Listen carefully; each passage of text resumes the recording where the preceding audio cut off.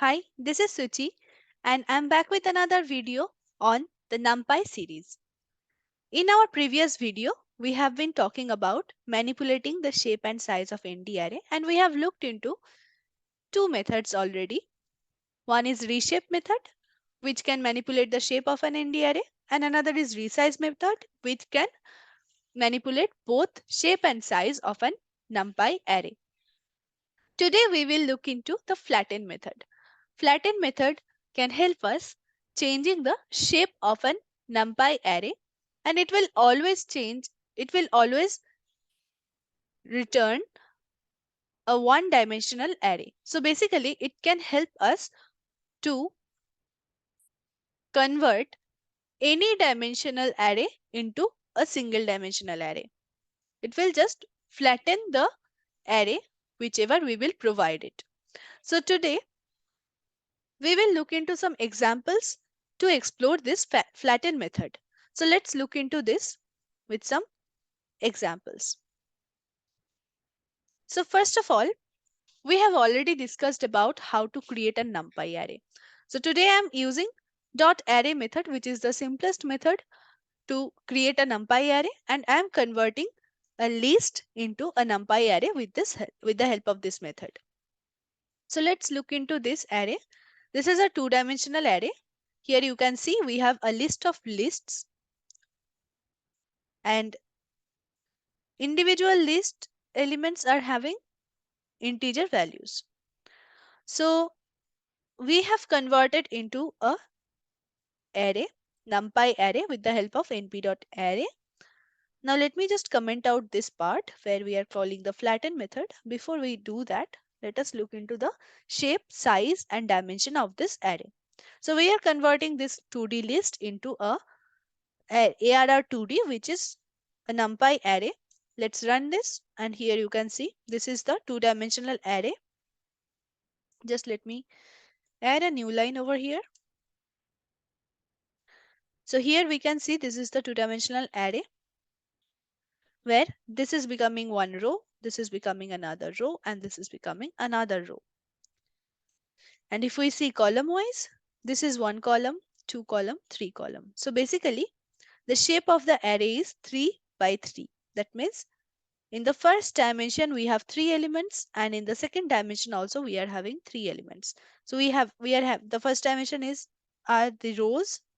So in the first dimension, 1, 2, 3 rows we are having, and in the second dimension, in each row we are having three elements. That means we are having total three columns. That's why the shape is 3 by 3.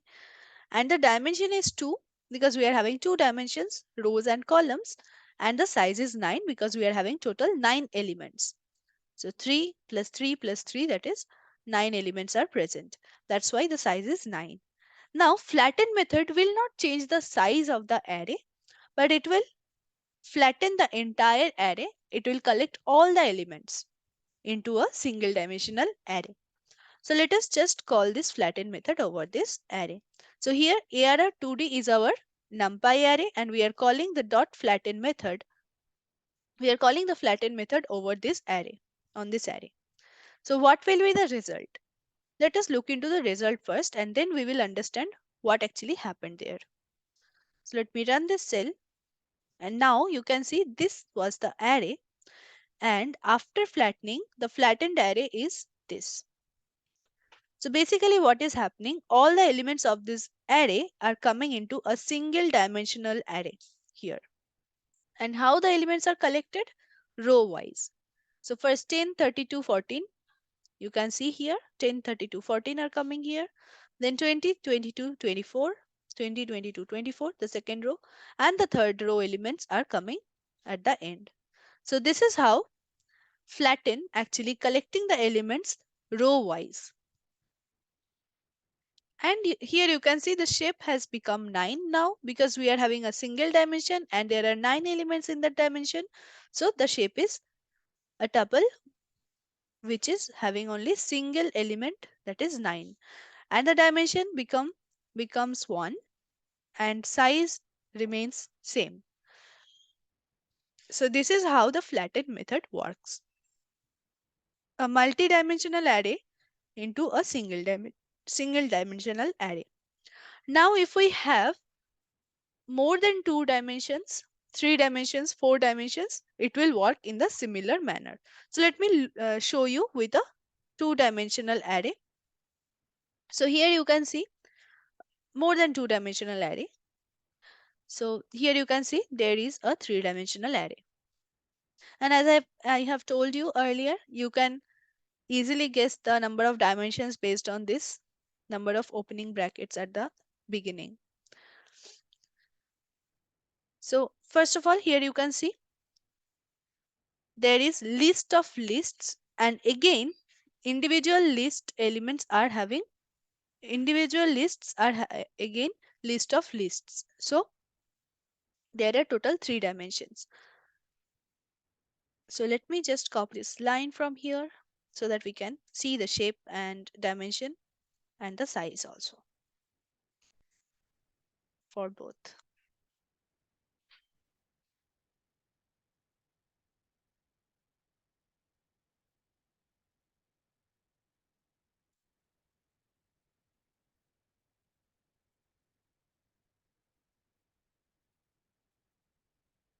Okay, so now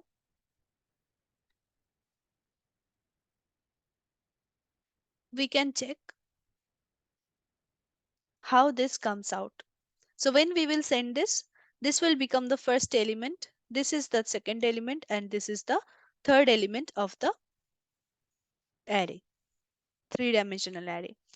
Now, again, individual elements are having 3 rows and 3 columns. One, two, three, 3 rows. And again, individual rows are having 3 elements. So 3 rows and 3 columns will be there. So let us look into the shape and the dimension and size of this array. So if I run this, here you can see this is the 3 dimensional array, and we are having total 3 elements in the first dimension. That is why here you can see the shape is 3 at the first index. And then individual elements are again having 3 rows, 1, 2, and 3. That's why the shape is again 3 in the second index. And again, if we look at the individual elements of this, it is again having 3 elements. So this is also having 3 elements, this is also having 3 elements, this is also having 3 elements. So again, we are having 3 in the third dimension. So this is the shape 3 by 3 by 3, and the dimension, number of dimension is 3, and size is 27 because there are total 27 elements present in this array. Now if we flatten this, what will happen? It will collect the elements row wise. So how it will look like?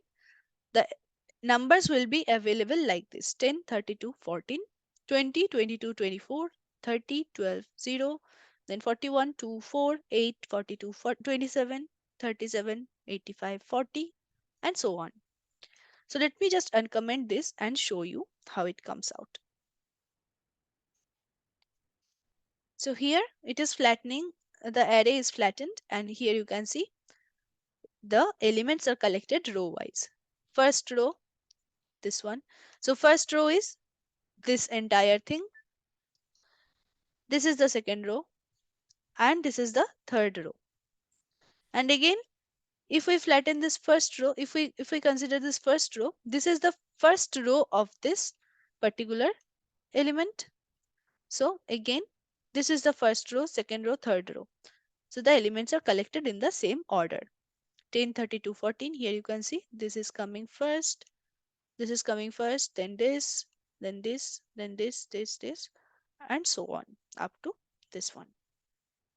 So this is how it is collecting the elements row wise. Now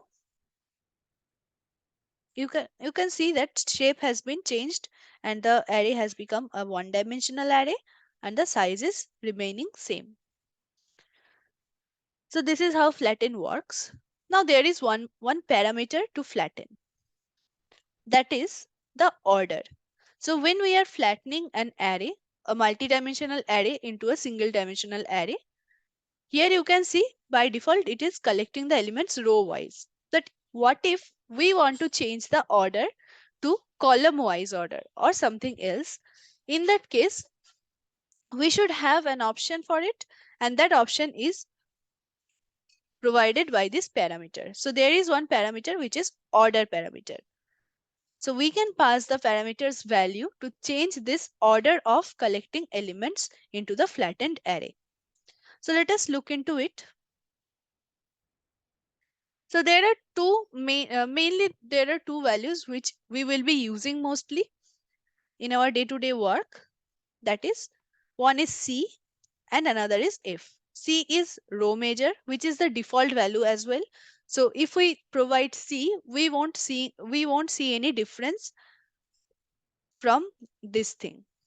So if we do not provide any value, it will be automatically taking C as a default. That is why this one and this one will give us the same result. Now if the value C comes from C style. C, Fortran, these are programming languages. So they follow different type of structure to store the data in the memory. So if we talk about C style, or that is nothing but row measure style. So row by row we will collect the elements. And if we talk about F style, I mean Fortran style, then we have to provide F, that is nothing but column measure, that will collect the elements column by column. So let me just run this cell and you will see the difference. So here if you see this two-dimensional array, which are the rows? These are the rows: 10, 32, 14, 20, 22, 24, 30, 12, 0. If we talk about columns, which are the columns? This is a column: 10, 20, 30. 32, 22, 12 is another column. 14, 24, 0 is another column. So if we collect this column wise, what will happen? Here you can see this is the row wise, which is the default one that we have already seen, that row by row it is collecting the elements. But for C, again, this is the same. This is same as not specifying order value. And if we are specifying order to C, both will give us the same result, the row by row structure. Now we will go for column measure, which is specifying if. Here you can see I have specified if in the parameter as a parameter value, which is giving us this result, which is nothing but column measure version. Column measure means collecting the elements column by column. First column is 10, 20, 30. This is the first column. Here you can see 10, 20, 30 are the elements. Then the second column 32, 22, 12. Here you can see 32, 22, 12. And then 14, 24, 0, 14, 24, 0. So this is collecting the elements column by column. Okay. So this is the difference between row measure and column measure. And change this to change this output, what we need to do, we just need to provide the parameter value here. So here we are passing C, that is why it is giving us row measure way. And if we are providing if, then it will be Fortran style, and it will be nothing but column measure representation. So this is how flatten will work. There are two more options available, that is A and K. I'll just show you in the documentation what it says. So here you can see we can also provide the value A, we can provide the value C, F, and A and K. These four values are available for order parameter. Now C means to flatten in row measure, that is the C style order. If means to flatten in column measure, that is the Fortran style order. But what about A and K? A means to flatten in column measure order if A is Fortran contiguous in memory. So this depends on the memory storage. How the elements are stored in the memory, it depends on that. So A and Again, k means to flatten a in the order the element occurs in memory. The default is c. So for k also, again, it will be flattened in the order the elements are stored in memory. So these two are dependent on how the elements are stored in memory. That is why we are not going to use this much.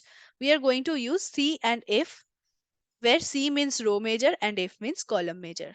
So these two are most important here, because these are memory dependent. How the elements are stored in memory, it will depend on that.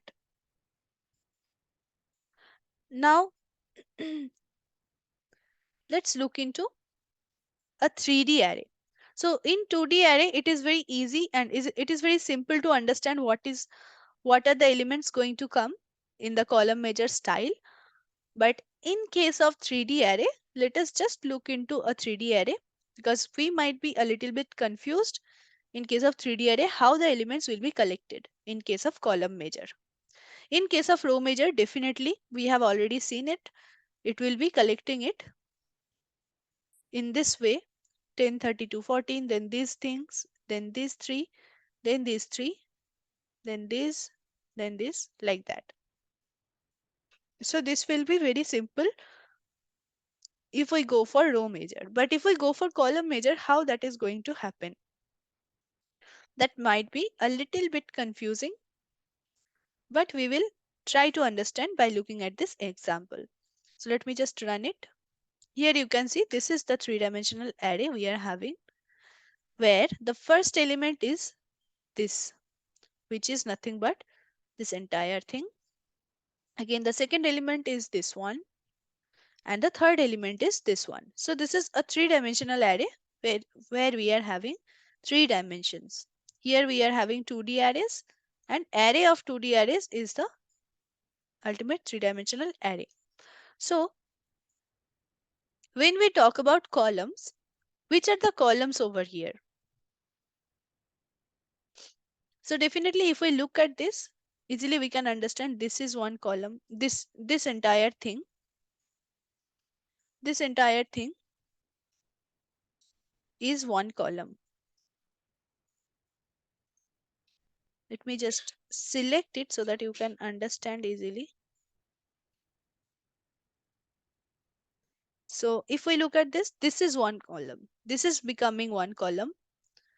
Again, this is becoming another column, and this is becoming another column. Okay. So there are three columns at the beginning. And then again, if we look at these individual things, then this is again one column. And if we place this entire thing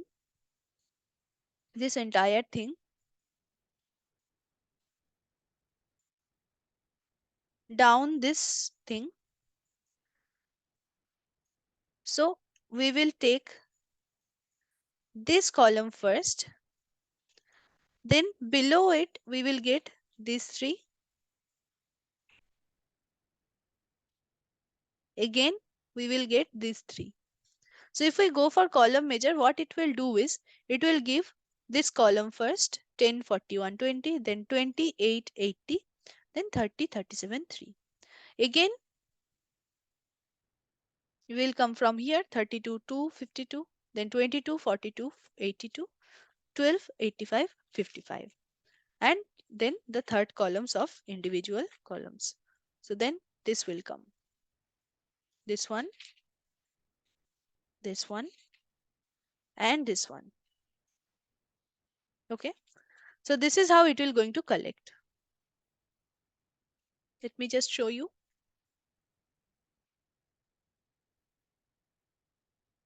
So first this will come,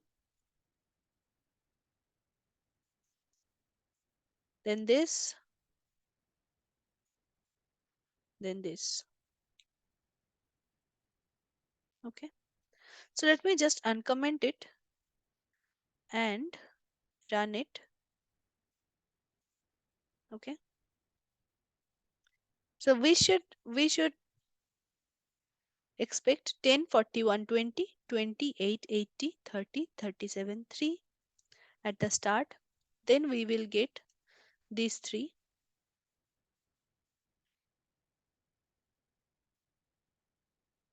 Then we'll get this three, this one, and this one. Okay. And at the end, we will get these three, this one, and this one. So that will be the column area representation. So we will get 10, 41, 20, 28, 80, 30, 37, 3, then 32, 2, 52, 22, 42, 82. So I'll just mark it. I'll just add some numbers over here so that you will understand. This is the first. Okay. This is the second. This is the third. This is fourth.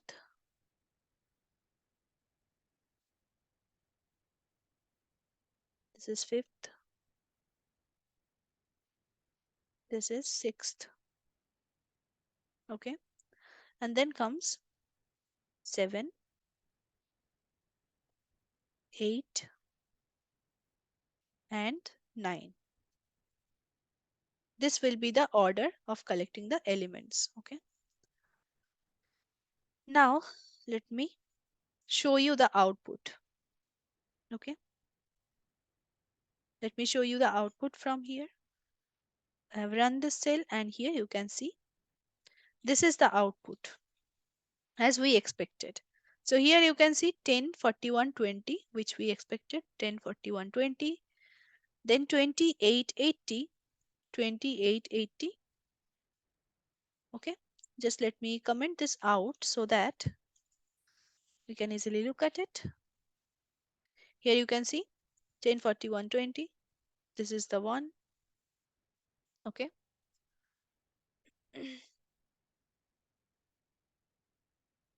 So this is the one.